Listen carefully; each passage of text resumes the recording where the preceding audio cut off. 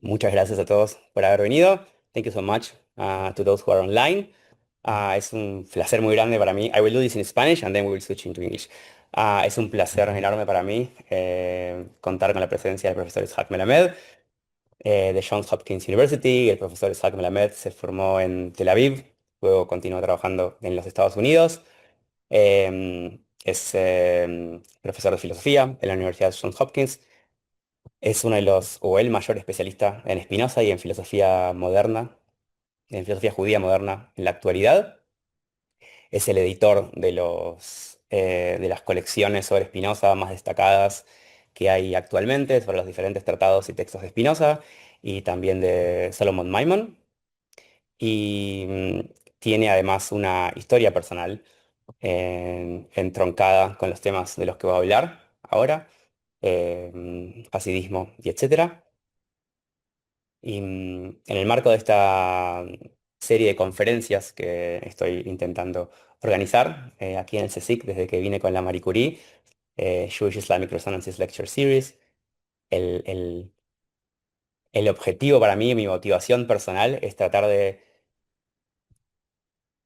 reconstruir lo más posible o visualizar resquicios de relaciones entre judíos y musulmanes y entre pensamiento judío e islámico que no sean las más habitualmente visitadas y revisitadas. Por eso el tema que me propuso él para presentar me pareció fascinante, porque no solamente toca algo que es más o menos conocido, que es la utilización, la lectura de los últimos capítulos de la Guía de los Perplejos de Maimónides en fuentes hasídicas, sino eh, textos de hoy en día. Él va a traer solamente algunos, pero a mí me mandó muchos más y es fascinante ver cómo hay algo que no se estudia en la academia, que son textos producidos hoy en día en las escuelas hasídicas, hablando de Maimónides y hablando de sufismo. De hecho, cuando hablamos de esta presentación en Jerusalén hace algunos meses, y él me mostró como hoy en día uno de los máximos exponentes rabínicos en Jerusalén hablaba de la voluntad y la necesidad de traer a su vida judía prácticas sufis. Y eso para mí me pareció fascinante, como ver cómo algo que ha venido ocurriendo durante siglos se manifiesta hoy en día, sigue existiendo hoy en día. Y por eso me pareció, él me dijo, no va a ser tan histórica la presentación, pero a mí me pareció fascinante poder traer esto aquí, que es algo que totalmente inexplorado, de lo cual de hecho no se ha escrito nunca hasta ahora. Así que muchas gracias a todos por venir y espero que lo disfruten. Thank you so much for being here with us. And now we'll switch into English.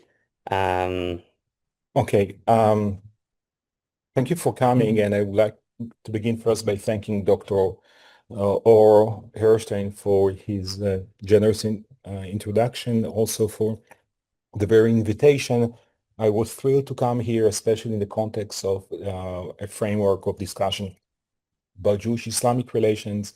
It's an urgent topic, and it's an important topic today, partly because we are in a deep crisis in terms of Jewish-Islamic relations, and I think that considering better times in the past, even the more recent past, can give us some hope, not only hope, but some kind of intention about a different future, which I really hope that we could really have. I'm going to, the paper I'm going to present here, I presented, it's the first time I'm presenting this paper, so you will see some typos in the presentation. I just apologize for that. I'll correct them, but that's really because it's the very first time I'm presenting this paper. The topic Sufis and Hasidism may seem to you natural or crazy. I mean, it might seem natural because, you know, the very famous picture of Sufis are just these kind of circular dancings of Sufis. And if you know something about Hasidic dance, they're also circular dancing. So, but of course, that doesn't mean that they're the same. I would like to show, what I would like to do today is to show what I consider to be serious Hasidic engagement with what I would call Jewish Sufism. And the Jewish Sufism I have in mind is specifically some strongly Sufi texts that are present at the end of the Guide of the Perplexed by Maimonides. And I think it's a very bold text, and we will have a look at that. And then we have the writings and the practices of his son, Abraham Maimonides, who was, according to, I think, well-established scholarship, was a kind of a Jewish Sufi. And what I would like to show is just to show the reception of both these kind of Sufi chapters at the end of the Guide of the Perplexed of Maimonides and the reception of Abraham Maimonides within the Hasidic community in the writings, I would say, for the past 2 centuries or something like that, or 2.5 centuries. So, so the structure of my talk is basically, I will, first of all, we will discuss briefly the conclusion of the Guide of the Perplexed. It has a very specific, a designated conclusion. I would like to just discuss it quickly. Then we'll discuss the Hasidic reception of the last 2-3 chapters of the Guide of the Perplexed. These are what I would call the Sufi chapters. I'm not the first, again, the view of these chapters is kind of Sufi chapters is quite common today. Stephen Harvey argued for that. I think there are many scholars who would claim a strong Sufi influence on this conclusion of the guide. Then in the third section, I will discuss a comparison that is, or not comparison, but a description by Solomon Maimon, a philosopher working at the end of the 18th century. When he writes his autobiography, he describes, on the one hand, he described Hasidism, the way he experienced it at the very beginning, really around 1770, when he was visiting the court of the Maggid of Mezerich, who was one of the major founders of Hasidism, and Maimon's own this also summary of the end of the guide, and I will show that he's using very similar language to describe the Hasidim, and the language that he's using to describe the Hasidim is actually very similar to the language he's using in summarizing the last chapters of the guide. Okay, so you can have your own impression. You will have a look at that. And then in the very last section, I will discuss some recent Hasidic reaction and justification for adopting the Sufi practice by Abraham Maimonides, the son of Moses Maimonides. So let's begin. Chapter 51 of part 3 of the guide, of Maimonides' guide, begins the climatic conclusion of the book. The chapter opens with a very famous palace parable. I mean, I read the entire parable because it's beautiful, it's interesting. I mean, and so here's what Maimonides is saying in chapter 51 of part 3, saying, the ruler is in his palace, and all his subjects are partly within the city, partly outside the city. Of those who are within the city, some have turned their back upon the ruler's habitation, their faces being turned another way. Others seek to reach the ruler's habitation, turn towards it, and desire to enter it and to stand before him. But up to now, they have not yet seen the walls of the habitation. Right. Some of those who seek to reach it have come up to the habitation and walk around it, searching for its gate. Again, it's Maimonides, it's not Kafka in the castle. Just some of them have centered the gate and walk about in the antechambers. Some of them have entered the inner court of the habitation and have come to be with the king in one and the same place with him, namely in the ruler's habitation. But their having come into the inner part of the habitation does not mean that they see the ruler or speak to him. For after their coming into the inner part of the habitation, it is indispensable that they should make another effort. Then they will be in the presence of the ruler, seeing from afar or from nearby, or hear the ruler's speech or speak to him. So the idea is basically that you can come closer and closer and closer and closer and closer, in kind of more internally, more intrinsically in contact with the ruler. Now,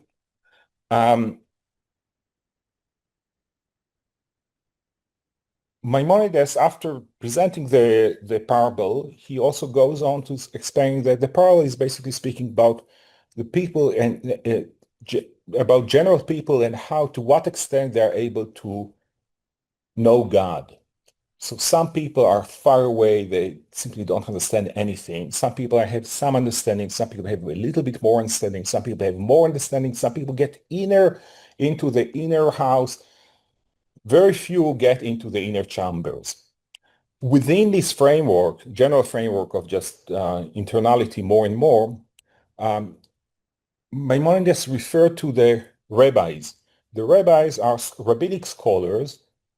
He sometimes refers to them as the crowd of the rabbis, Hamon Rabbanim. They are rabbinic scholars that are pious and observant, but they do not know philosophy.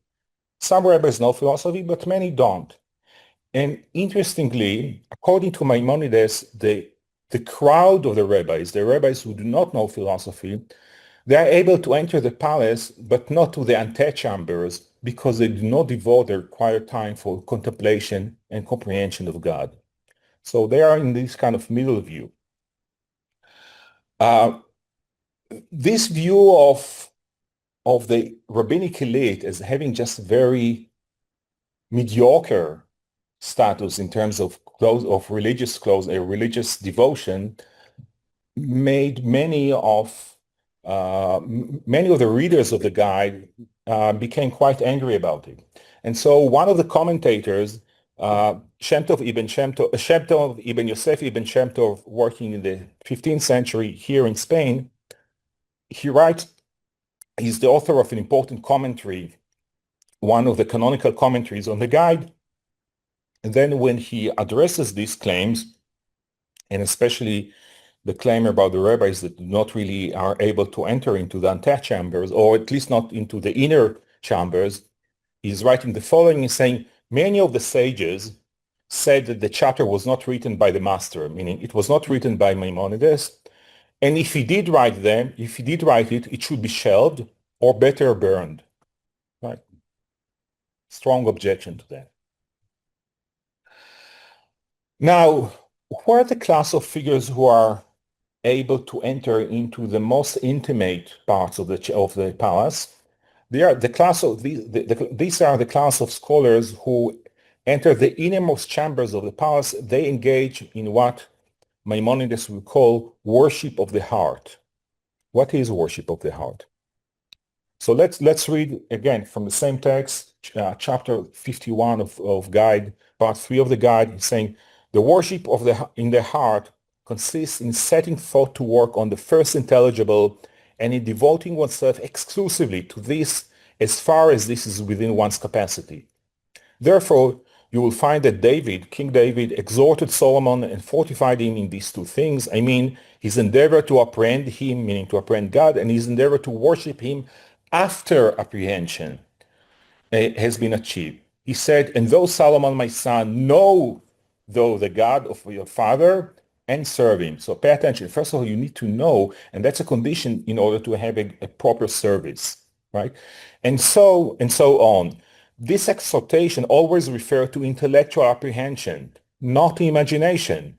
For thought concerning imagining is not called knowledge, but that which comes into your mind, nothing more than that. Thus, it is clear that after apprehension, total devotion to God and deployment of intellectual thought in constantly loving him should be aimed at. Mostly, this is achieved in solitude and isolation. Hence, every excellent man always stays frequently in solitude and does not meet anyone unless it is necessary. That's the end of the quote. Again, the idea is that in order to have a proper service, a proper religious service, you first of all need to know God. If you do not know God, and basically saying, if you do not study philosophy properly, it will be difficult, if not possible, if at all possible, to know God. Your service is just based on imagination. It's not a proper service. Okay. You see here the invitation to live in solitude. You see also this clear claim that after having at least some apprehension of God, you should devote yourself completely to contemplation of God and to the love of God. And that should be the only object of your thought almost. Interestingly, Maimonides at some point is saying, but there are some, when he continues this discussion, he's saying, but there are some people who are able to create some sort of split personality. After comprehending God and while cleaving to God, they are able to also do other things. It is as if they are just having one personality that is attending to the daily things in life, but still every single moment they're still cleaving and thinking about God. And for him, this is the genuine ideal. It's the genuine ideal is not only this kind of eventual complete isolation, but also the ability to return back to society while still absolutely cleaving to God, never leaving the apprehension and the thought about God every single moment of your life.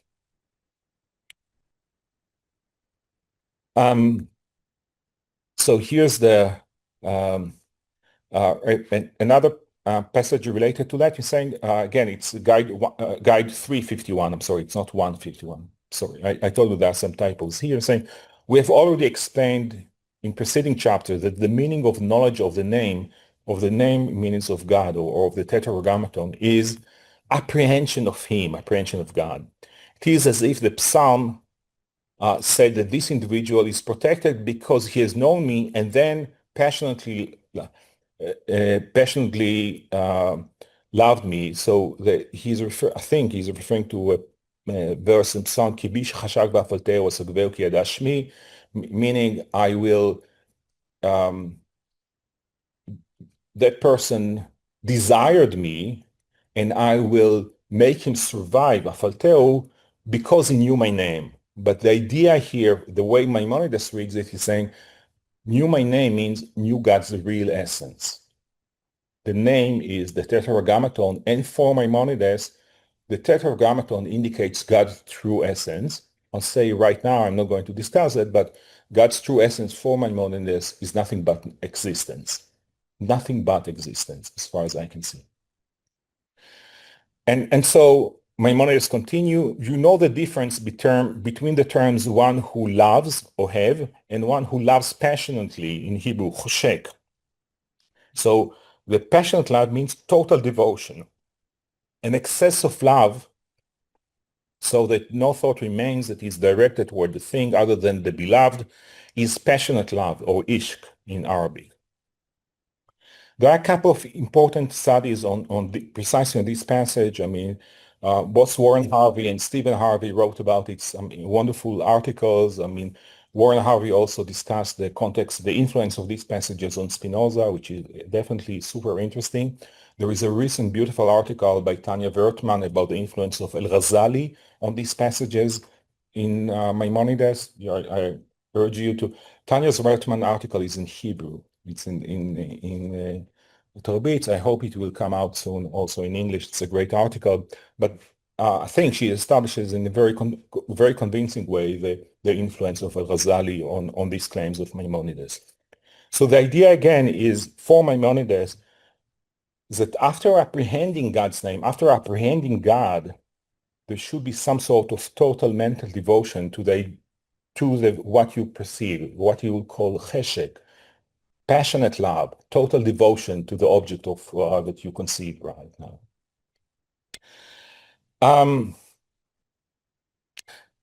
Okay, so let's put that aside for half a minute. We'll return back to these passages.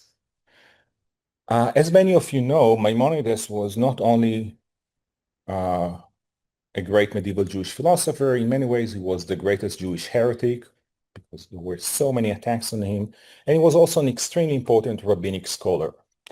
So much so that sometimes people didn't know how to reconcile these figures. So we have a beautiful passage, actually it appears in more than one place, by a rabbinic figure called Rabbi Yaakov Emdin in the mid-18th century. Jacob Emdin was the rabbinic teacher of Moses Mendelssohn. So you expect him to be a relative, so he's a kind of a proto-enlightenment or pro-enlightenment rabbinic figure. And when he's reading Maimonides, the guide, and as well as the the rabbinic code, the legal code, the Mishneh Torah of Maimonides is saying there is something bizarre going on here. Perhaps there were two Maimonides. Why should we assume that perhaps we are just confusing two figures? There is one figure who wrote the Guide of the Perplexed. He was a damned heretic. And there was an important rabbinic figure called Maimonides. Both of them were called Maimonides, but it's not the same person, because how can it be that the same person who wrote the wonderful rabbinic code, the Mishneh Torah, also wrote the worst heretical text, the Guide of the Perplexed, something like that? And Emden is looking at that and saying, it's probably wrong. It's probably the same person still. Why? Because even in their rabbinic code, even in the Mishneh Torah, the beginning of the rabbinic code of Maimonides begins with a few chapters in philosophy, and even there is already heresy.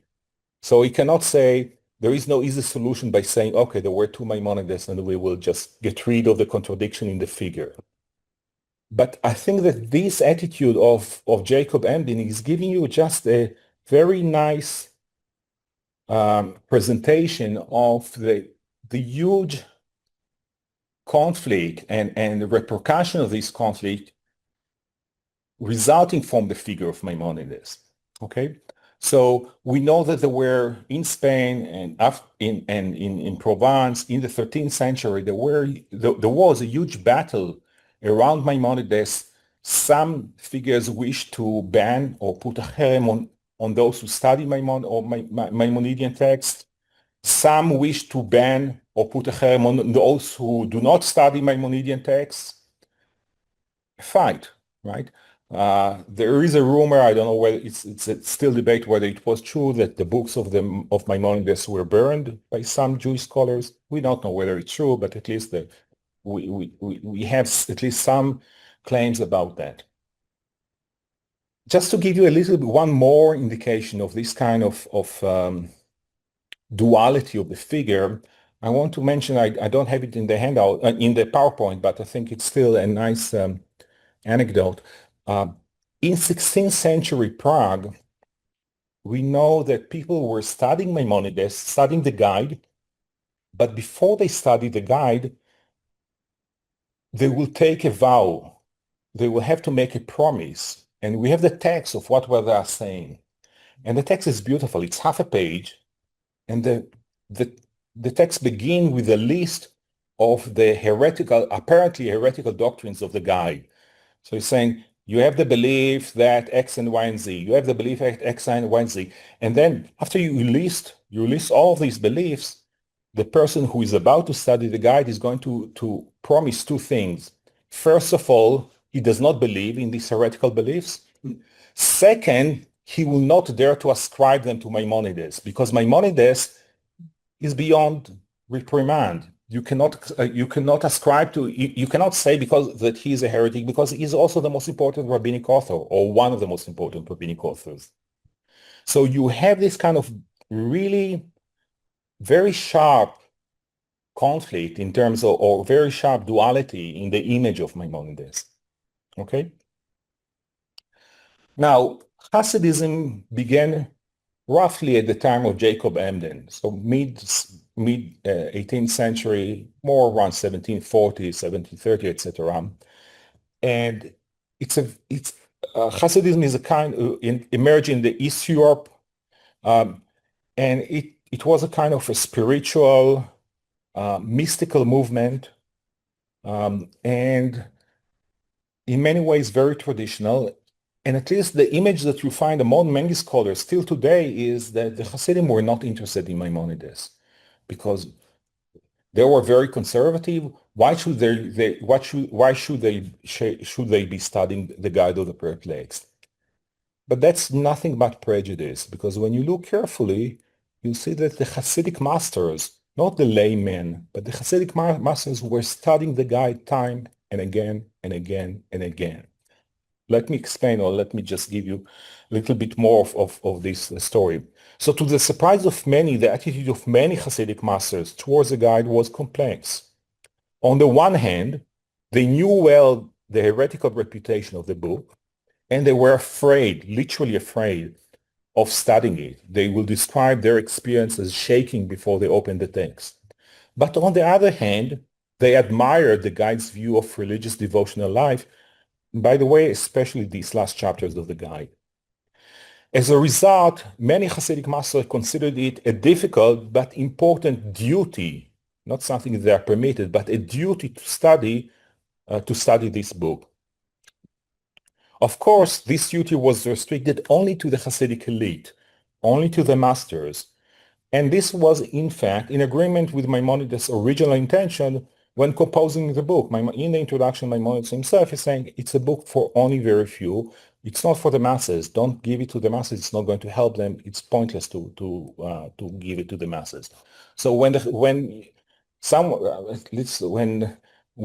sometimes you show this evidence, textual evidence about the Hasidic engagement with the guide, and people are pointing, or some scholars are pointing you, but that was only the elite. Well, that's the intention of the guide. The guide was intentionally, time and again, saying that's a book only for the elite.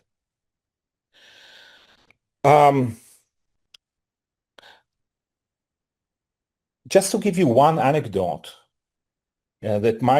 we'll come to that in half a second. But before this, just to give you one anecdote to give you the sense of this kind of engagement with the guide by Hasidic masters. We have a story about a 19th century figure called Reb Chaim of Tzanz.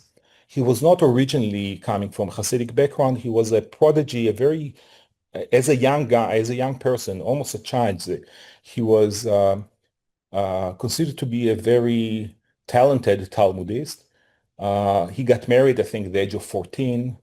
Shortly after that, he moved to live with his father-in-law and the family of his wife. And then we have the following story. So according to this story, somewhere this 14-year-old child, Chaim of Tzanz, was caught in the house of his father-in-law studying the guide. Now again, the guide was not supposed to be for 14-year-old children. It was supposed to be for more adult and mature people. And so his father-in-law looked at his son-in-law, a talented Talmudist, 14 years old, very bright Talmudist, but said, "That's not for you, Chaimke. Wait a few years." So the father-in-law of Reb Chaim is taking the guide, putting it in a box, closes the box with a key, and takes the key. What we know after that is that a week later, the father-in-law went to the bath or whatever, or went to visit a friend. And then when he comes home, what does he find? As you can imagine, he finds his son-in-law who found the key, opened the box, and started studying the guide again. Again, the father-in-law is smiling and saying, "No, not yet. That's not for you." Again, he closes the book, put it in a box, closes the book locks the box, and takes the key. And this time he's making sure that no one will be able to look at to find the key. And then a few days later, he goes on a trip to another town. And then after riding about 5-10 kilometers, he remembers that he forgot something. Now you can probably imagine the result. He comes home. What does he find? Precisely what you thought. Reb Chaim found the key again, opened the box, studying the guide. At that point, the father again is smiling. The father-in-law is smiling and saying, "Listen, I promise you one thing. I'm going now on a trip. I'll be back in 2 weeks. I'm going to take now the key with me." He locks the book and takes the key and is saying, "When I'm going to be back in 2 weeks, I'll study with you the guide." And that's it. That's according to the story. That's what happened, right? He went on the trip. After 2 weeks, he returned. And then for the next year, they were studying together the guide. So you see how this becomes a kind of an object that, at least for this figure, Reb Chaim of Tzanz, it was the thing that he had to do. In fact, we have some testimony from later in his life when someone is coming to Reb Chaim of Tzanz and telling him that someone became also a Hasidic rabbi or Hasidic master. He's saying, oh, really? Did he study the guide already? Meaning the idea is that studying the guide is really the test of, or the test of fire that you can use in order to make a distinction between a charlatan and a genuine Hasidic master. If you're able to study the guide, that means that you are probably in the right side. Okay. Again, that's what I suggest is the view. There is a lot of fear of the text, but still people studied it. In fact, even when you look at the most conservative figures in the 20th century, someone like Rabbi Yoel Teitelbaum, the leader of the Satmar Hasidim, he cites the guide in his main book on the right and on the left, as many times as you wish. There is no doubt that he studied the guide. Okay. Now, in the past 250 years, since the emergence of Hasidism, Hasidic printers published time and again the last chapters of the guide. Remember these chapters about the chapter about the palace and the entrance and who is able to enter it, etc. And they published it under the title, The Regime of the Solitary, in Hebrew, Pirkei Hanagat HaMitboded. That was actually a title that was given already in medieval times. But what is interesting is that I think that there is something like 8 or 9 editions, and they're all Hasidic editions of just these last chapters of the guide because they loved them. They were totally thrilled by these chapters. Usually they will publish these, the chapter, they will publish frequently these chapters were bound together with another text called Higeret HaKodesh, or the Holy Epistle, by Rebbe Menachem Mendel of Vitebsk.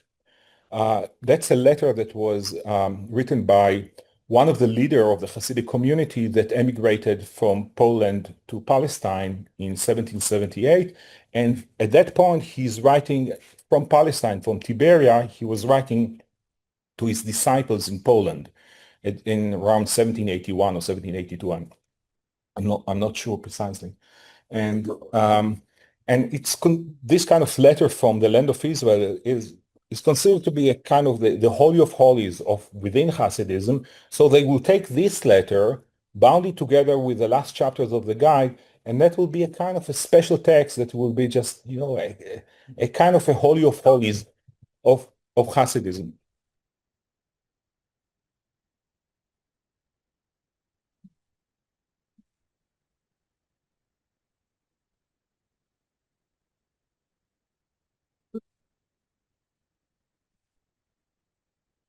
Oh, no problem. I mean, okay. Just one more example of the importance that Hasidic masters ascribed to this text. So when you look at the main work, the main book of Rabbi Avraham Weinberg, he is the founder of the Hasidic school of Slonim. It's a Lithuanian group of Hasidim. And again, it's a mid-late 19th century figure. He thought so highly of the last chapters of the guide that he simply included them. He just quotes the entirety of chapter 52 of part 3 of the guide together with the second half of chapter 51. And he quotes them verbatim. It's something like 6 pages. He thinks that that's what you need to have because this is the kind of religious devotion and religious life that is proper for a Hasid. And therefore, he gives this kind of long 6 pages quote in his own book because that's how you learn to be a devout human being. Okay?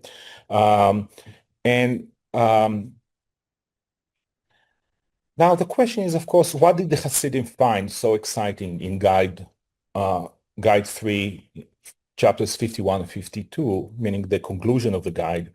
And most probably it was the idea of a complete devotion and constant contemplation of God, even when one is engaged as one must be in worldly affairs.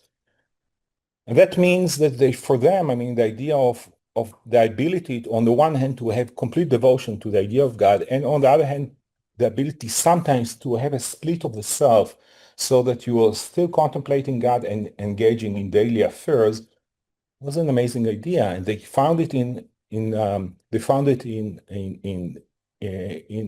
guide, and the end of the guide. As I mentioned to you, the end of the guide has a very strong Sufi tones, and it was adopted enthusiastically by the Hassidim.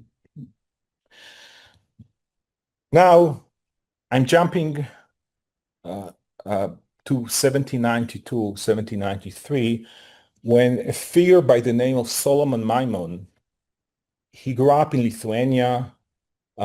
He came from a family of religious Jewish scholars. At the age of 20, he goes to the house or the court of the Maggid of Mezrich, one of the two major founders of Hasidism.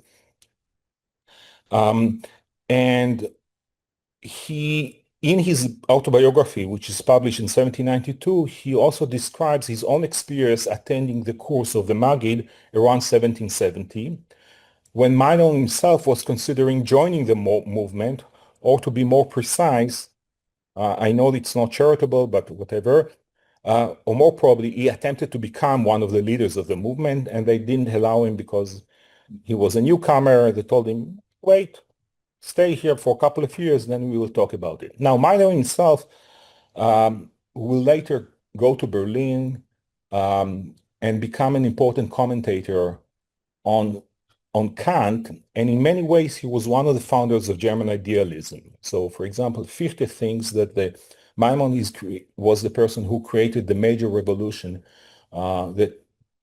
in German philosophy by the early 1790s.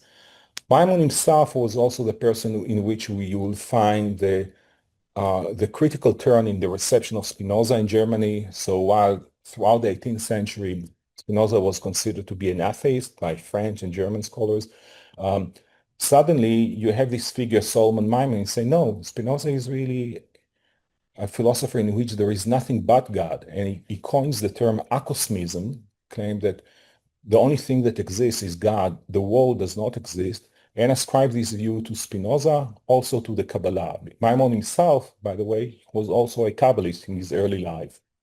The view of Spinozism as acosmism will be adopted 15 years later by Hegel, and then it could become a very important topic in German idealism. Okay, but let's go back to Maimon. Now, Maimon himself, he published the autobiography in 2 volumes, 1792, 1793, the second volume.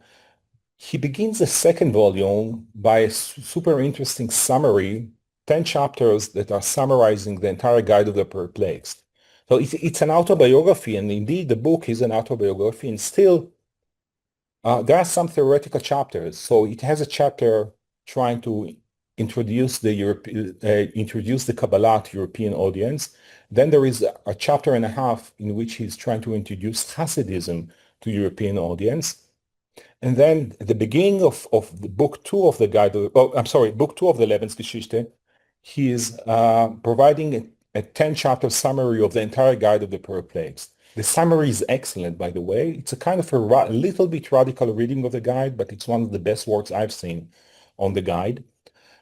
So I encourage you to, if you have a chance, just read this text. But try to get the full edition, because what happened was that after Maimon originally published the text with with these chapters, future editions usually either cut the chapters on the Guide of the Perplexed or throw them away, or just put them as an unhung appendix at the end of the book or something like that. It's pity. It's not a good idea. The first time I think that we have a full edition in any language, to be honest, in which the chapters were printed in their precise order. The first time after 1792 that this happened was just 7 years ago. when my colleague Abe Socher and I, we published a new translation of the Guide of the a new translation of Maimon's Lebensgeschichte, of autobiography. It's a new English translation that came with the Princeton University Press. So either read the original text in German from 1792 or use our edition. But I think all the other editions I've seen in Hebrew, French, Italian, German, they're always cutting the text. It's intolerable, but whatever. Now,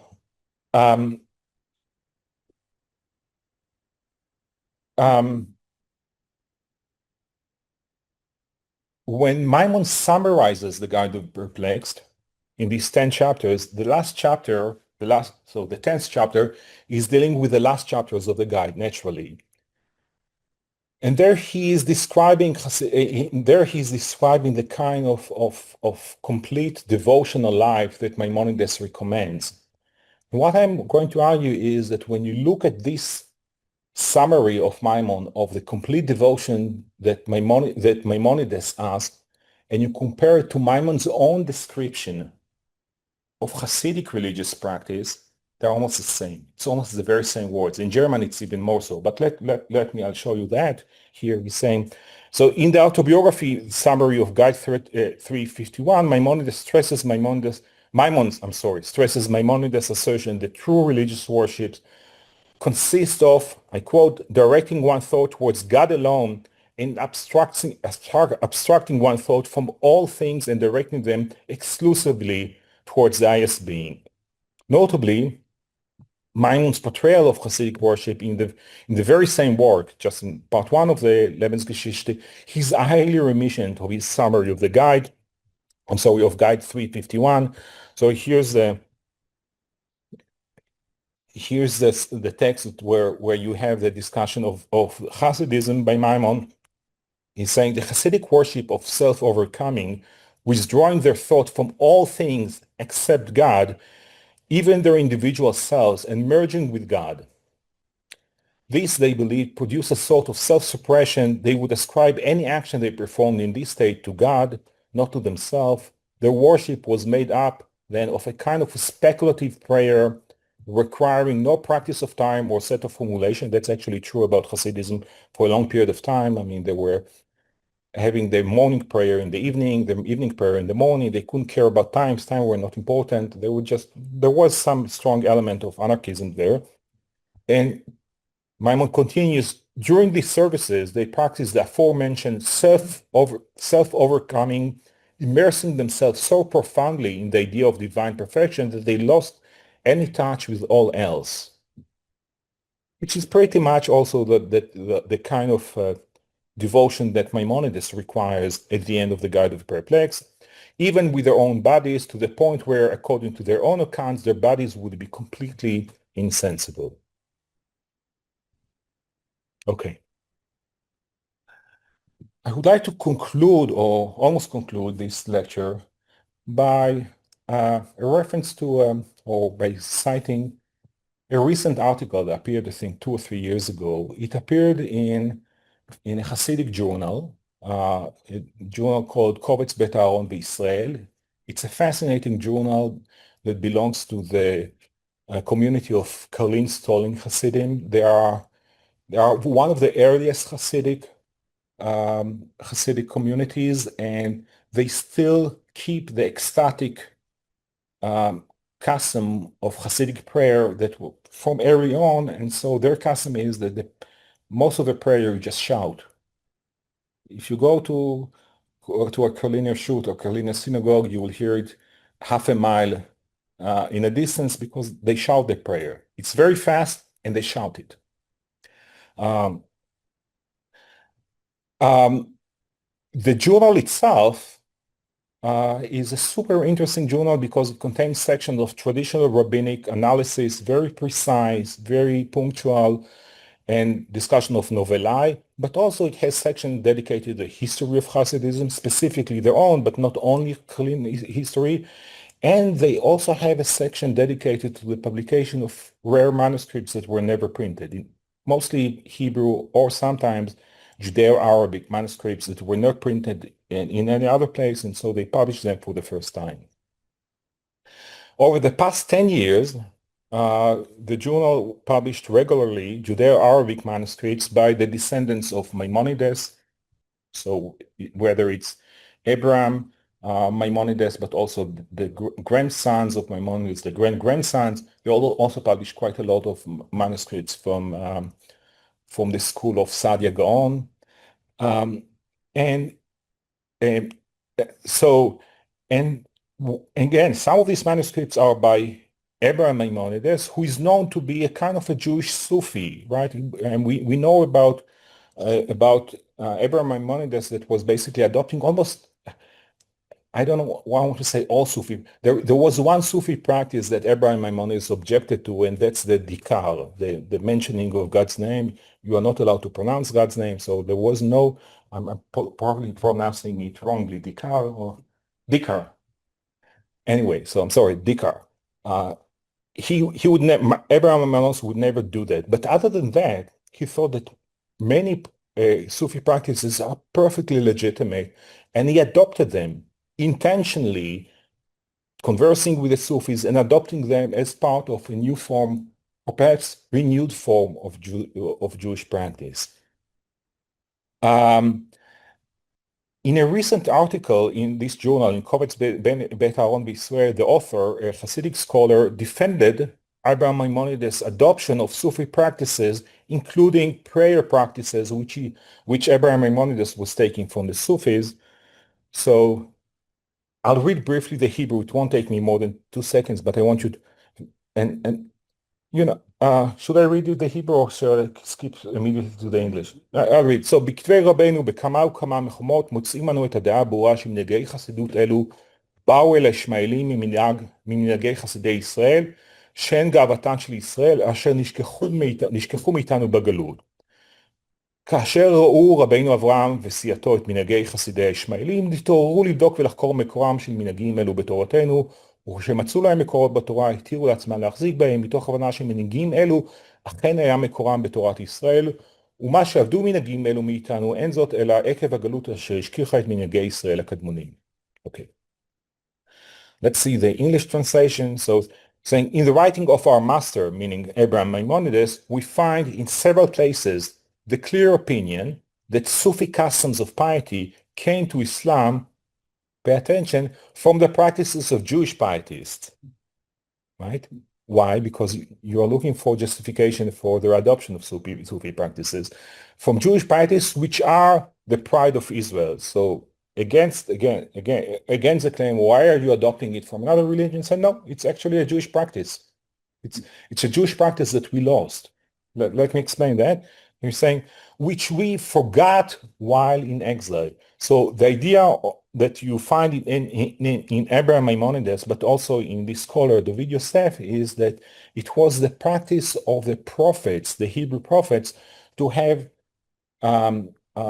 ecstatic prayer. This practice that was the practice of the Hebrew prophets disappeared among Jews due to exile, and it was adopted by the Sufis. And now he's telling his friends, now it's time to reclaim what you call Sufi practice by saying, but it's also our practice. It's because it's a practice of the prophets. And saying, when Rabbi Abraham and his colleagues saw that Islamic piety customs, they tried to check whether these customs have a source in our Torah. And when they found their sources in the Torah, they permitted their adoption, seeing that these were originally Jewish customs which were lost due to our exile. Okay. So you have a very beautiful, very nice legitimation of consciously adopting Sufi practices. In fact, it is reclaiming Sufi practices. So in that sense, I think you can see some forms of Hasidic prayer, or especially Hasidic devotional prayer, as reclaiming whatever you can call it, Sufi practices, prophetic practices, whatever. But in a way, I think you can refer to current Hasidism as later-day Sufis, later-day Jewish Sufis. Thank you so much. There are some Arab or Muslim intellectuals who recognize this connection. Maybe they wrote something about that, or it depends on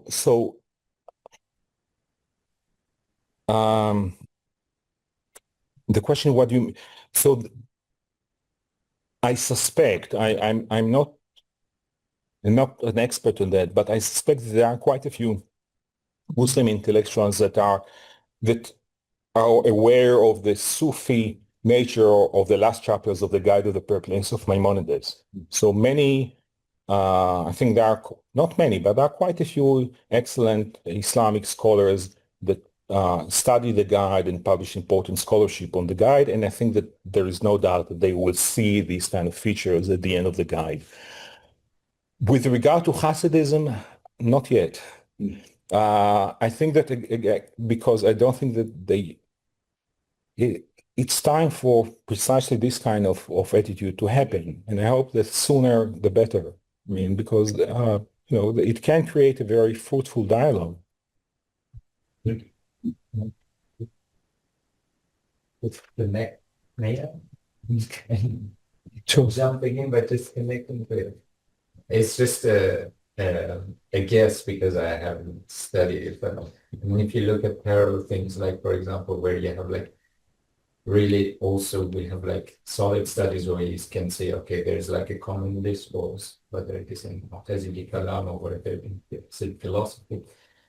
I think that I wouldn't expect Islamic scholars to take like the position, okay, we are kind of adopting a Jewish position or Jewish thought, because it's kind of a minority-majority discourse. And then you say like, okay, where is like kind of who, it's a question also of power, who's like society. So maybe they see the common things, but probably an Islamic thinker wouldn't do like the same as what you just mentioned at the end, that there is kind of this, okay, it's like our heritage and then it's adopted by them. So probably I should just make clear, as far as I know, it's the Jews who adopted the Islamic practice rather than the other way around.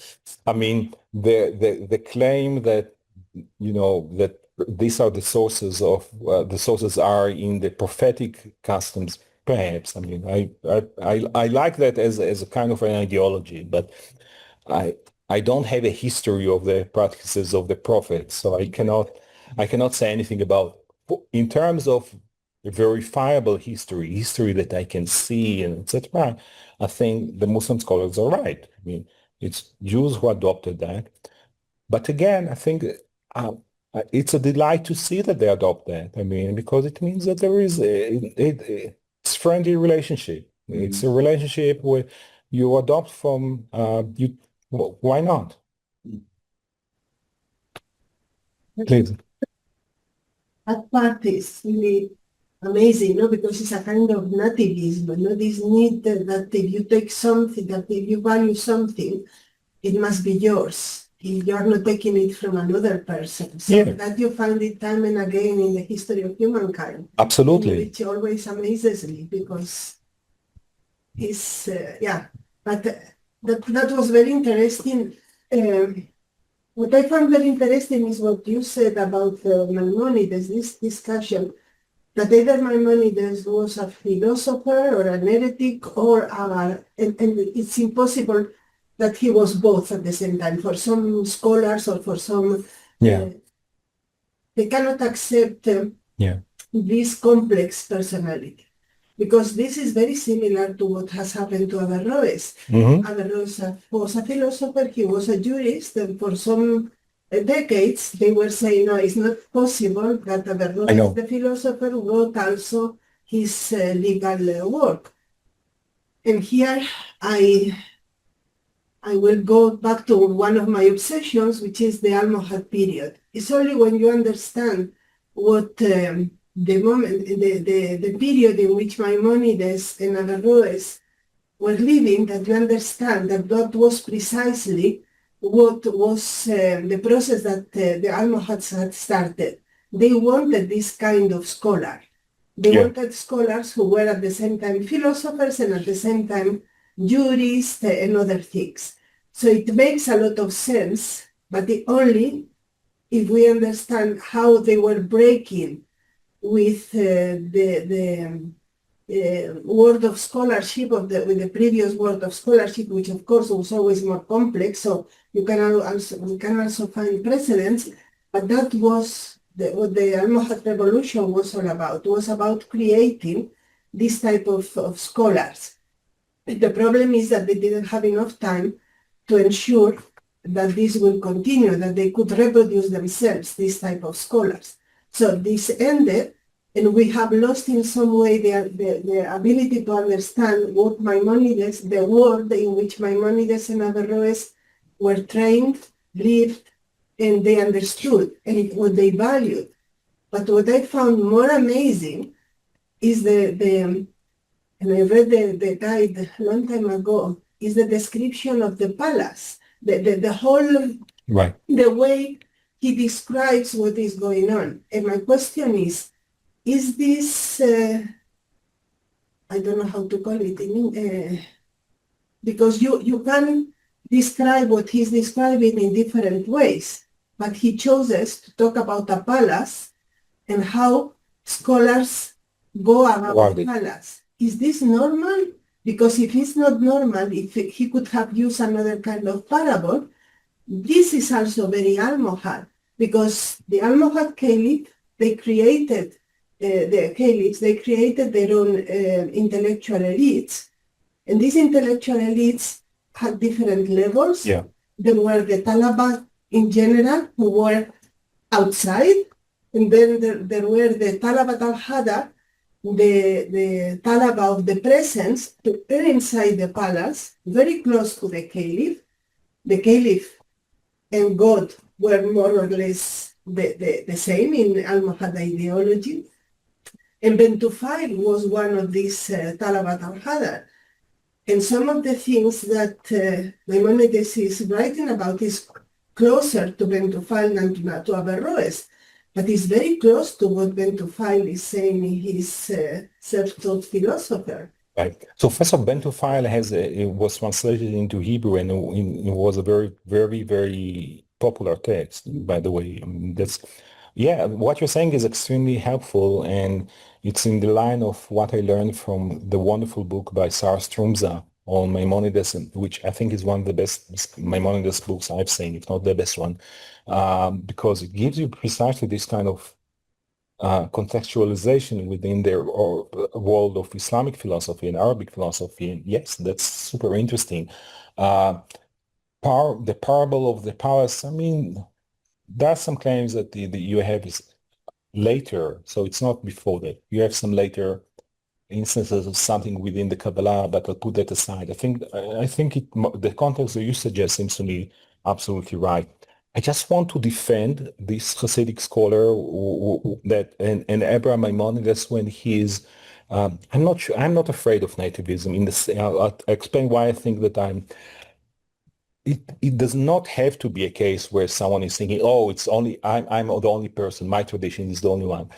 Keep in mind that these people, Abraham and Maimonides, are really legitimizing borrowing from others, and they are criticized.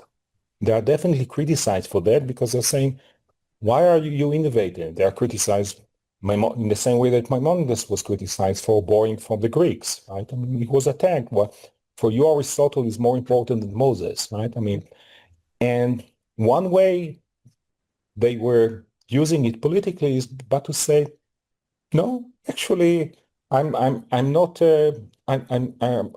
What I'm doing, I'm not as a political device. It was a smart move to say, I'm not borrowing anything. I'm just reclaiming what was also my own.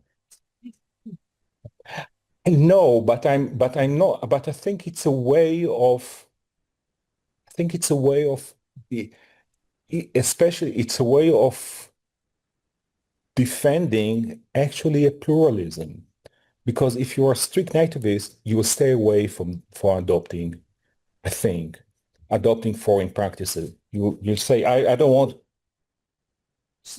are mine. And I'm really not taking it from another because originally they were mine. That's what, for example, the African tribes did when with the missionaries, when the Bible came with them. They said, well, we are the lost tribe of Israel. So it's not something that we take from outside. It belongs I know. to us. So that's not But it. You make it your own. I understand, and I appreciate that. But all I'm saying is that there is still the willingness to take the other, which I think some nativists will say, no way. Some conservatives will say, I'm not willing to take anything from Judaism or from Islam or from Christianity. I want to stick to my own. And I know these figures. They're saying this is the Jewish prophets did that. That's the reason we are taking it. We are doing it, not because we took it from the Muslims. That's true. But I'm saying that they are still taking that. Keep in mind that they're attacked by conservatives who are saying you should not do that. And whenever you have, and you have that in every religious tradition, right? I mean, if someone would adopt Jewish elements in some Christian philosophy, sometimes they will say you're Judaizing or something like that. We have that. And I'm saying so yes, I know the apologetic nature of that. You are 100% right. But I'm saying still they're boring. No.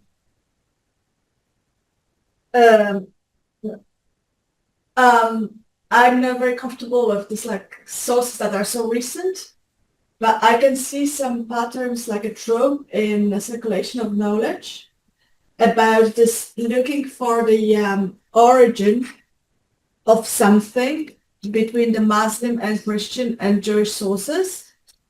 And what I have in mind is this one convert from Judaism to Christianity whose pen name was Flavius Mithridates, and he worked in Italy in Seicento, in Cinquecento. And he was working on the Quran, and he was working on the tafsir. And when he was copying parts of the commentary of the Quran, he was saying, but actually, this is a Jewish knowledge, but the thing is that the Muslims preserved it better.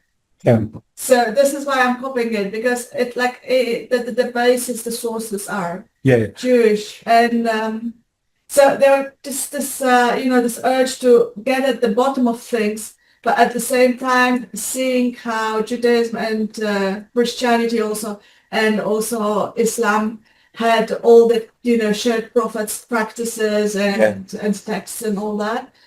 I think it's a part of a literary trove as well as heuristic tool. I agree. Again, I think Flavius Mithridates is a super interesting figure. I mean, I didn't know about this story. I know him mostly because as a teacher of Pico, and as a teacher of Pico, I don't know if you are familiar with that, but he was teaching Pico several languages. He taught him Hebrew, and then he taught him some of which he didn't know.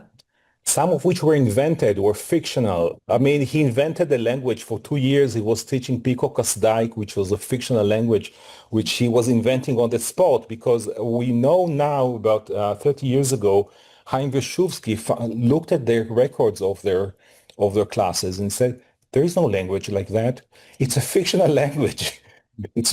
Looks almost like a story of Borges. I mean, two scholars, one scholar, a Jewish convert to Christianity, who was trying to find a way of making money. He taught Pico all of these several Semitic languages. He's out of his, he doesn't know, he wants still to make some money. So for 2 years, he's teaching in Kasdaik, which he invents at the same time.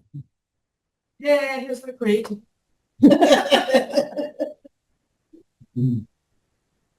What about this? Where did the Hasidic? How did they explain the movement? This movement, The dance? the dance. Which explanation do they give about that? Because that's again is at the end of the Identifies Risala. That's what Bentufai does. Yeah. When he's reaching the real, at the end, he reaches an understanding of God. That's this movement. Okay. Generally, both music and dance has a huge importance in Hasidism. there are few writings about it, not many. Yesterday, I talked about one of these, I think, one of the most interesting Hasidic passages dealing with music, which in a way, they take it to be higher than anything. They think that music is in some way higher than any kind of intellectual expression. The source of music is taken to be higher in a way. There is a whole not literature. There is some writing on dance in Hasidism. It has some erotic elements, to be honest. They write about it in a kind of very reserved in the sense they write it in an internal language that you need to be a Hasidic scholar to understand what they're saying. But once you understand that, you see that it's stronger eroticism, erotic language. I see Sufi dancing. There is also very strong. I'm not surprised. I'm not at all surprised. That's why I'm saying, there is, it is interesting, yeah, absolutely. But to see, Hasidic, the nice thing about Hasidic dance is that they can go, and again, I'm not sure that they can take one melody that itself takes about 30 seconds and repeat it for 3 hours, going in circles time and again and again and again and again and again and again. It's very slow, but it's ecstatic. And it's super interesting. I think that perhaps one of the differences between this, I don't know Sufism enough. I admire Sufism, but I don't know it well enough to be. But I think that what you have in Hasidic dance, it can be hundreds, if not thousands of people dancing at the same time, very slowly. And again, if you see that, you can see that sometimes they are really just outside of this world. That's very common with, I think, with Sufis. But what I've seen in Koina or places where Konya. Usually this dancing Dawish usually to where I've seen 50, 60 people, not much more than that. And among Hasidim, it can be just a gathering of 2,000 people in the same synagogue, and they are just dancing. They can dance for 6 hours. This would be one of the rituals of the ancient Jewish prophets, that they are. Some of them. That according to one source, yes. But they think that they have their own theories about music and their own theories about. But specifically when they address, for example, the issue of Abraham, the son of Rambam, they will invoke that. There is a lot of fluidity here. So I know, for example, Hasidim who were living in Palestine, in Jerusalem in the 19th century, and they would go to among the Palestinians, they try to learn Palestinian music because they thought that the best chance of trying to find the ancient music of the temple would be if you look at the music of the Palestinian music that is locally in Jerusalem in whatever 1840 and 1850. So we have a figure that was just going and adopting and just listening and saying, but that's actually the music that we had in the temple and that we lost and something like that. It's an The Hasidism more Ashkenazi Jews or Sephardi? it's a Hasidic, it's Ashkenazi phenomenon, but because the Hasidim came to the land of Israel by 1770, 1780, so some of them adopted Sephardi customs. So because they adopted many of the customs of the Sephardim, so some of them are actually a mixture. Not many, but and indeed you have some, again, specific, you have some Hasidic, very few Hasidic communities that actually their music, at least one of their branches, is totally Oriental music. It's you will see. I can give you I can let you hear a recording. The music is in Arabic, and it's Oriental music. Again, I'm saying it's it was a kind of a different interaction between Jews and Muslims in Palestine. Yeah. 1780, 1781, 1800. Yes, please. Thank you very much for your presentation. I was thinking more on early Hassidim, German Hassidim, or late early German Hasidim, 13th century. Okay. Is there any information about the reception of the guide among German Hasidim in the late generation of the 13th century? I'm asking that because all the discussion about or the study of the guide among Iberian Kabbalists in the late 13th or early 14th century. So just was curious to know about that. Yeah. Just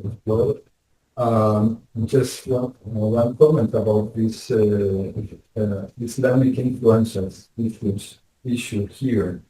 I see the work a way to explain or to find the place in the Jewish canon of the guide, either in the 18th century or among modern Hasidim than anything else. Myself, I studied several chapters of the guide with a Hasidic rabbi, with Tursky, many, many years ago. And he used to point to other Jewish sources when exploring Avodat Alev. Yeah. For instance, Vachilun Pakuda. Yeah. Right. Absolutely. And even over earlier than Maimonides. Right. So I think that the question here is to understand or to find the place of Maimonides within the Jewish canon. Through the generations than anything else. It's not about influences or what is the place of the guide in Judaism. Yeah, I agree. I didn't bring Tversky because Tversky was a professor at Harvard, and if I would brought him, would say, oh, but he's already enlightened, etc. And said, forget about Tversky. I'm saying when you look at the Hasidim who never left the Hasidic world, they studied the guide. The masters, again, it's the only the elite. They studied the guide. And I can now, I have a paper that just came out about it about a few months ago.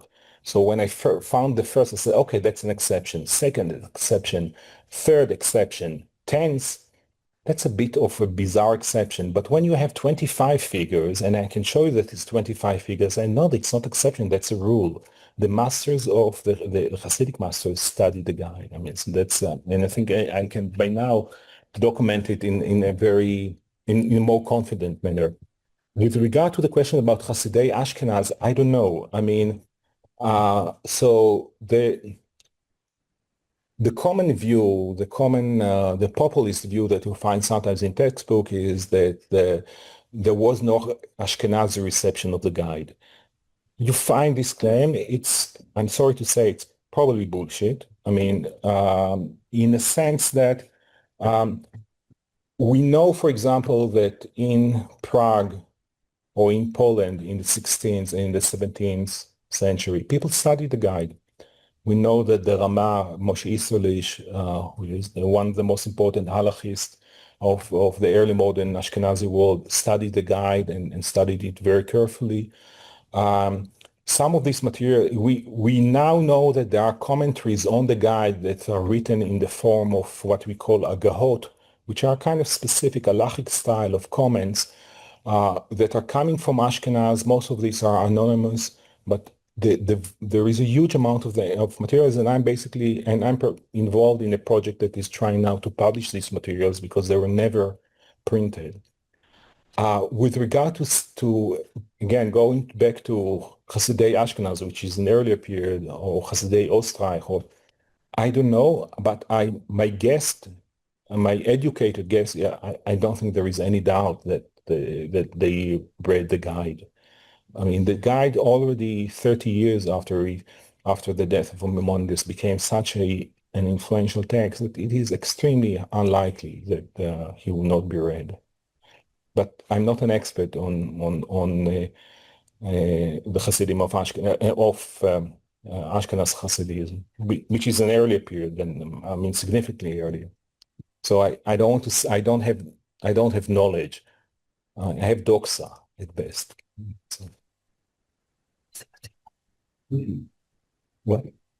Was the guide translated into, it was written in Hebrew? No, it was written in Judeo-Arabic and it was translated almost immediately. So the first Hebrew translation is from the very last years of Maimonides' life by Ibn Tibbon, who actually went afterwards, this very same years, went to visit Averroes in his court when he was isolated in Spain, by the way, if I'm not mistaken. It translated later into German or other languages? No, it was translated into Latin twice. And I don't know about German, perhaps. I was too quick to say no. I don't know if it was translated into German, but there were almost very early translations into Latin. There was a very early translation. So we had the Ibn Tibbon translation, which was dominant, and shortly after that we have also the El-Kharizi translation. So by the mid-13th century, we already have two translations into Hebrew. By the way, I'm co-editing now a series of bilingual editions of medieval Jewish philosophical texts, and part of that, it's a series that is going to appear with Oxford University Press. The first volume should appear in 3-4 months. And one of the things that we're doing, among other things, is to, for the first time, to publish a critical edition of the Ibn Tibbon text. The Ibn Tibbon is the first medieval Hebrew translation. It is there is a team of 2 scholars working right now in Israel, Katerina Rigo and Yuda Zeibel, that are basically I think are well in advance in this project, and what I hear from them is extremely interesting, because it turns out that Ibn Tibbon is revising and changing his translation all the time. So some of the versions that we have might not be updated. Ibn Tibbon himself, so if I understand it correctly, at least that's what I heard last summer, was that originally he was translating and using the Hebrew that he preferred, but then he was trying to adopt more to the Hebrew of Maimonides himself when Maimonides was writing in Hebrew in the Mishneh Torah. So there is a whole interesting story that is just being uncovered these days. Translated into German, would that have the influence that it was kept into small circles? Did the Hasidic normal people were able to read the Hebrew? Oh yeah, of course. Yeah. I mean, well, first of all, in the 13th century, there. I mean, in the 17th and Yeah. 18th century. So no one was writing philosophy in German till almost till 1700. I mean, German as a philosophical language, roughly. I mean, there is a little bit before that, but even a figure like Leibniz died in 1716. He's living in Germany, but he published less than 1% of his writings in German. Almost all of his writings are either in Latin or in French, because German is not taken as a language of philosophy. The coining of German as a serious philosophical language appears around 1720 in the works of Wolff and Baumgarten. But the guide is available in Latin. So of course, non-Jewish readers are reading that in Latin, but all the Jewish readers are reading it from early on, are reading it in the Ibn Tibbon or the El-Kharizi translation. Both of them, there are 2 Hebrew translations. We have almost 1,000 manuscripts of the Ibn Tibbon translation. So it's huge. I mean, Trying to understand the literacy situation. Would the normal Jewish believers in 17th, 18th century Germany be literate? Would they read? so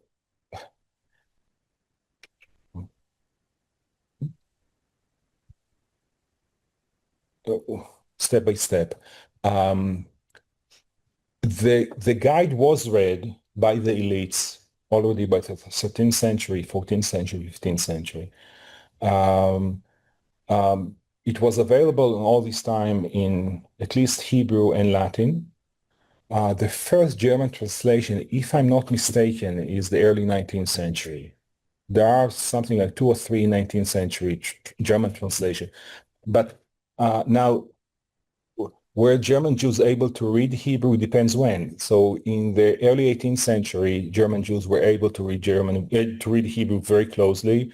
By 1800, it's already a good question. So the more they are westernized, the less Hebrew they know. And so therefore you have the need for a German translation as you, in some way, you're. So by the 19th century, because many German Jewish readers do not have good access to Hebrew, then there is a need to translate the guide into German.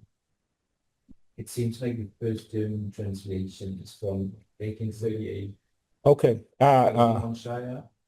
Which afterwards, Fürstenthal. this is 1 year later, so one earlier there was it's German translation by a guy named Simon Scheier. Okay, yeah, but that's it's early 13th century, early 19th century. I'm sorry. Yeah. May I say something? There is a question online, so just, sorry. Because it was written like 15 minutes ago. The one that you already read. The what?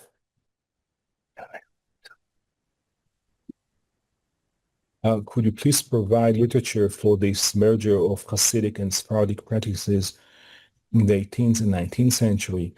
It's a tough one. Well, literature, not much, but I can provide reference, a little bit I can provide. So Karlin Hasidim are coming to Palestine basically by the end of the 18th century. And we know that many of the halachic practices, even today, are actually Sephardi because they accept the Beit Yosef, they accept the, I'm sorry. There is no mosque. They accept the... something? What? Do you want to put into? No. They accept the authority of the Sephardic master, the Rabbi Yosef Karo, in many ways. So, for example, on tefillin, they bench just one bracha instead of two, as long as there is a split there. So, if you are living in the land of Israel, the Kolini Hasidim, those living in the land of Israel are following the Sephardic customs. Those living outside the land of Israel are following the Ashkenazi custom. So are there studies of that? No, I mean, because no one, it's a kind of resolution that scholarship never came to even close to dealing with these issues. So, yeah.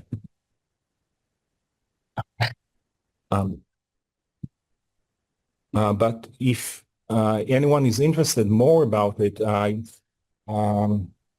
think if you look at some of the recent articles in Kovetz Bet Aaron Israel, again, the Culinary Journal, you'll find all kinds of evidence for that. Yeah. How many Hasidis are there in the world? There are many. You know, the Hasidic world was almost annihilated in the war. So it was they lost, I mean, the areas of Poland where Hasidim were living had an extermination rate of 90-95%. So they were almost completely wiped out. And many people thought that that's the end of the story. But then after the war, it reemerged, especially in the past 20, 30 years. How many communities? It depends.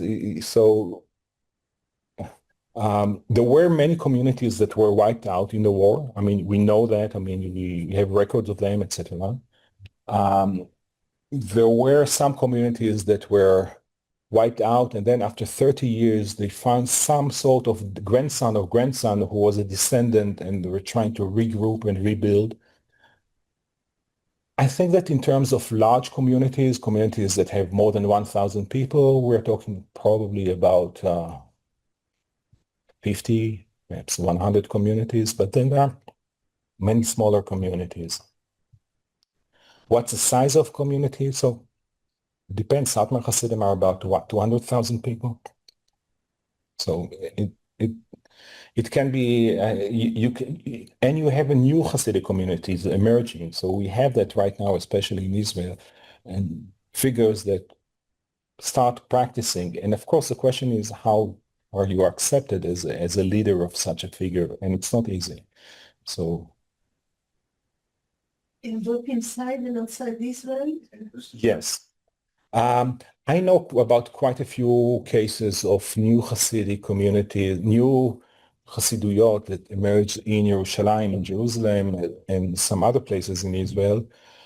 Outside Israel, less so, but no, but you also have that. I mean, you have that. You have one case of, you have cases where people started as just rabbinic leaders of a community. So I know, for example, a case of a Romanian rabbi who, after the war in 45, adopted many orphans and basically collected them as just in order to support them after the war. And for a while, he was just their teacher. And after 10, 15 years, they decided to treat him as a rebbe, as a Hasidic rebbe. So there was a switch. There is a lot of flexibility in this world. I mean, there is a movement where sometimes, I mean, you had a community that perhaps for several generations was not Hasidic, and suddenly they decide that they adopt a Hasidic custom. So you also have that. The vitality of a Hasidic movement is quite amazing in terms of its ability to take shape in very different ways. Thank you very much for your lecture. Sure. I would just like to suggest an article that reminded me of common shared practices in devotional practices between Sufis and Jews, Sephardim, speaking about Ashkenazim and Sephardim in Bosnia. So if you wish, I can send it to you. Please do. Really interesting. It's from the 19th century, but it compares the Ladino translations of Zohar to the practices of the local Sufi Absolutely. groups. So I think it's very far from Maimonides and so, but it might be interesting. Absolutely. Again, I'm not surprised, but it's super interesting. Thank you so much. Well, you don't read this kind of articles. Yeah, I know. There are some. I know. I think, again, the common... So when I first gave a paper on the Hasidic reception of the guide about 10 years ago in Jerusalem, I gave it in front of many Maimonides scholars, and many of them came to me after the talk. We thought, we never know that there was something like that, because we thought that Hasidim never, the Ashkenazim, not only the Hasidim, never read Maimonides, never read the guide. Well, rethink.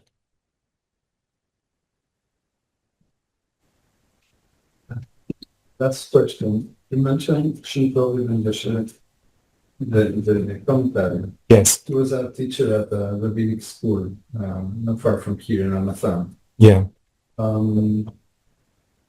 It is related to the question about literacy. So those comments, more specifically from Tov and Gasset, do you think are more related, are the result of the teaching within schools, this is part of the philosophical curriculum and philosophical yeshivot in pre-expulsion in Spain? Yeah. I think it's a super interesting topic. I'm eager to learn the answer to that. I don't know it. I mean, No, my home base was Spinoza and German idealism, and then I come from a Hasidic community. I grew up in a Hasidic community, so I'm going back and relearning many of these things. I know that there were philosophical yeshivot in Spain, which was quite unique. There were not many other places where philosophy was part of the curriculum in yeshiva. I'm in the process of learning Sephardic Jewry of the 14th or 13th century. I know some of it. I was in Toledo 3 days ago. It was amazing, to be honest. So I can probably next time I'm going to see my teacher, Warren Zev Harvey, I'll ask him this question. But I don't know. I mean, I'm not in a position to answer that, unfortunately. I do have one last question. Please. Do you remember what's the reason why Rabbi Maimonides says that people shouldn't practice the recitation of the names of God?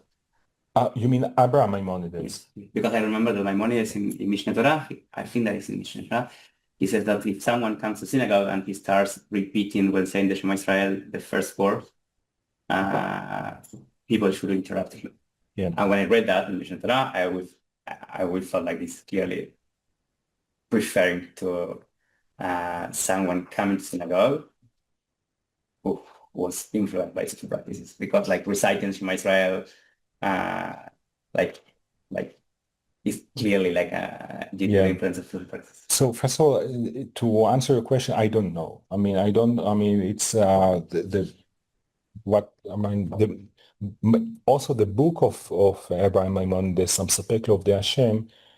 So far, most of it is still in manuscript, if I'm not mistaken. So only small parts of it were printed. And I think that it's actually changing in this very year. So my sense is that in a year or 2 years, more and more parts of this work of Abraham Maimonides are about to appear. Because he was himself also a scholar of halacha, just it was halacha, strongly influenced by Sufism, and these materials are now being published again every day. I mean, I think in half a year you might have probably one new volume. Halachically, there is, of course, you cannot pronounce God's name because it's prohibited. It's a biblical prohibition to pronounce God's name. No, but you're saying it in Arabic and you're saying Allah. What? You are saying it in Arabic. I mean, I understood from you said that he says that he's arguing against Jews saying the name of Allah, not saying, because otherwise you don't say the name, you don't say it in Hebrew, like when you go to a Sufi meeting. Right, but there should be no provision. Like it's like saying Allah is like saying. I'm not sure. I think that if you, I know it will be surprising for you, but when you look at current Haredi journals in Israel, like especially in the case of Yated Ne'eman, when they refer to Hezbollah, they don't write Hezbollah. They put not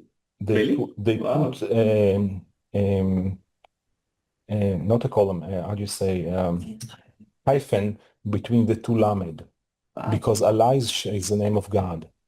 So they don't like the Hezbollah, but Allah is the name of God and it's a holy name, and therefore you cannot fully pronounce it. Wow. It's another question online.